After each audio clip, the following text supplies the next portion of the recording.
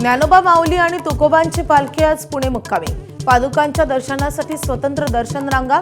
मुख्यमंत्री देवेंद्र फडणवीस आज दर्शन घेणार। पिंपरी चिंचवडमधील मोशी इमारत दुर्घटनेचं बचाव कार्य 40 तासांनंतरही सुरूच।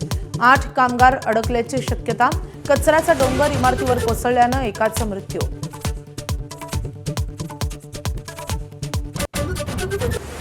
फ्रान्सचा फुटबॉल वर्ल्ड कपच्या उपांत्य फेरीत प्रवेश। मोरोक्कोवर 2-0 अशा फरकानं विजय।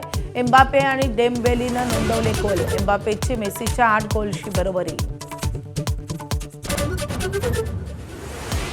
टीम इंडियाची पराभवाची मालिका सुरूच। इंग्लंडचा चौथ्या टी20 सामन्यात 9 विकेट्सनं विजय। 5 सामन्यांच्या मालिकेत इंग्लंडची 3-0 अशी विजयी आघाडी।